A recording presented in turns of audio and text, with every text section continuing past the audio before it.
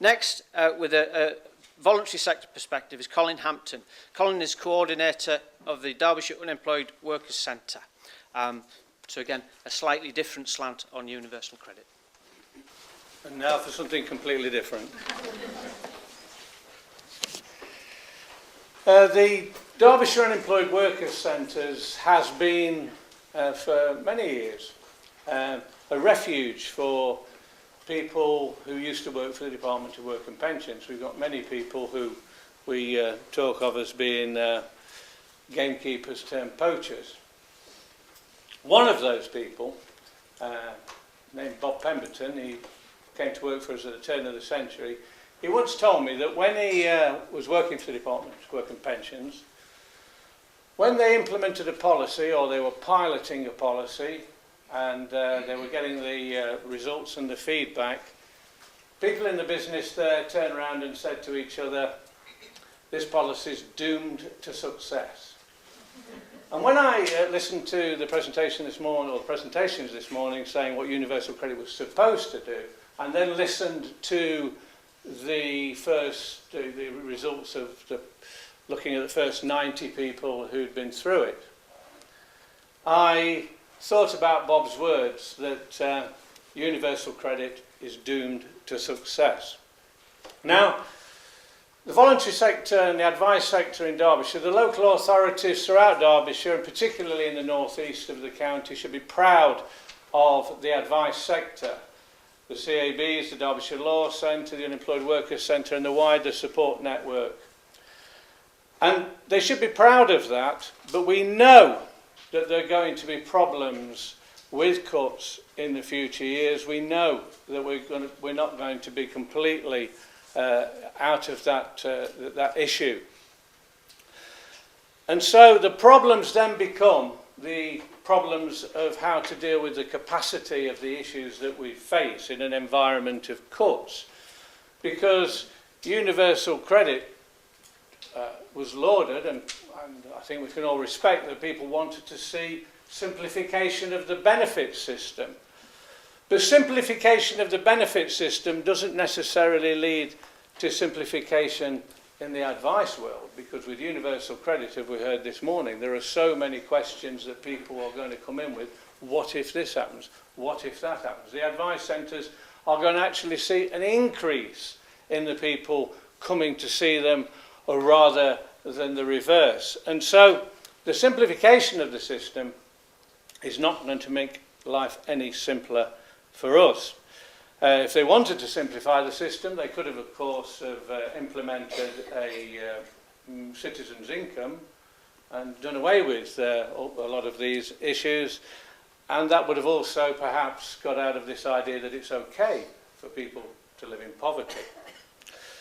The other issue that the other issues that the voluntary sector are going to face, and one important one, which is always an issue for us, is take-up of universal credit. We've heard of the problems of access.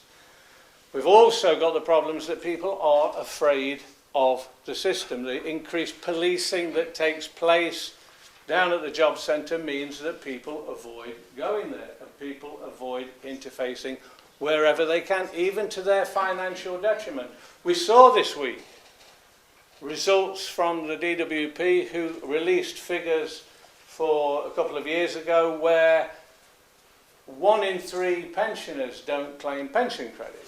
The figure for take-up of job seekers' allowance was 60%.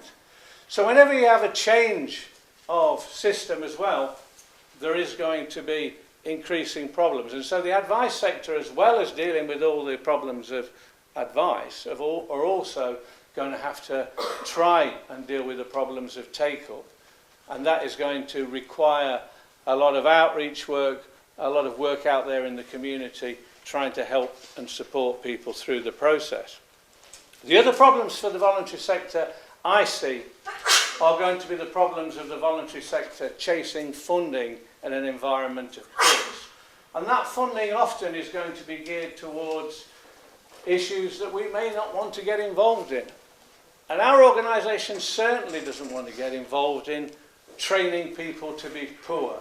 And a lot of what I hear today about budgeting and about some aspects of financial capability have a stink to me of training people to be poor. Now, I know that a lot of people are going to have to do this, but it worries me that as funding sources that we've relied on for years start to dry up and we start to rely more on funding sources which try and guide us in a different direction, that we must be concerned about that issue. Now, Gordon Smith, who was one of the first welfare rights workers at the Unemployed Workers Centre back in the 1980s, the first thing he said to me when I started work was that advice work without lobbying for change was at worst parasitic on the problems that the people come in with, and at best is sticking plasters on a gaping wound. So the role of the voluntary sector is not just to give advice and support, it's also to bring the information, the case studies, and feed that back into the system. Now the problem is, I find that often the government policies don't seem to be evidence-based. I mean, you have a situation where people aren't going to be able to afford to get to interviews, to go to see work coaches and so on, and then you're told it's about getting people back into work. And you're thinking, well, hold on a minute. If you were learning from the experience of those first 90 people, you would change what you're doing. But it's doomed to success. Now then, sanctions. My favourite issue. When I first, well, I'm getting on a bit now. So when I first started, unemployment and unemployment benefit. Unemployment was something that was the responsibility of government and employers. I can't remember anybody as I was growing up saying that unemployment was the responsibility of the unemployed. It was about macroeconomic policy, what the government was doing in order to create work, what local authorities were doing to create work. And then over a period of years, since the late 1970s, the drip, drip, drip change in the propaganda, even to the extent of changing the words. If you think about the word unemployment and unemployment benefit, it requires an employer. The employer has some role. But once you change it to job seekers allowance, it's the job seeker who's got the problem. Now, I don't know any economist who says that there are enough jobs out there for everyone to get a job today. No reputable economist is saying that. And certainly all the research that the Unemployed Workers Centres do show that people say there isn't the appropriate work. There isn't the work there is discrimination against people with health conditions. All these are fantastic, massive issues. And yet we have seen the most enormous rise in sanctioning of unemployed people, throwing people into poverty, creating vulnerable people that we're then supposed to go out and help. Now, it seems to me that the concentration all the time on unemployed people, we do need to try and change the focus onto employers. I mean, it's quite bizarre that you could possibly have a situation where workers in the job centre could be sanctioning themselves or even sanctioning each other. Now, you might think that that sounds absolutely stupid, but there were people who were working for the Department of Work and Pensions who were finished on the grounds of capability and on their health, and then went to Atos and were told that they were fit for work. So if you think what I'm saying is bizarre, well, I'm afraid it's not bizarre. Now, and the increase in 0 hours work and agency work as well means that we must concentrate on the way in which the employment market is rigged for people to be set up for part-time work. And then to challenge them and say, well, it's your problem that you've got part-time work when people are desperately underemployed. The responsibility has to be put back on the employers and the government.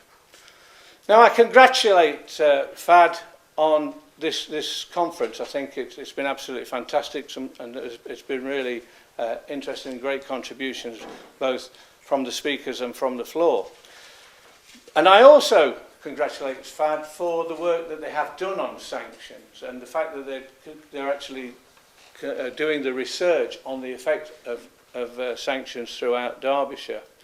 Because the big issue that's going to face the voluntary sector, the advice sector, is how are we going to deal with, in an environment of cuts, how are we going to have the capacity to deal with all the crucial roles that we're going to have to face, both in terms of advice and in terms of support and, importantly, on social policy work?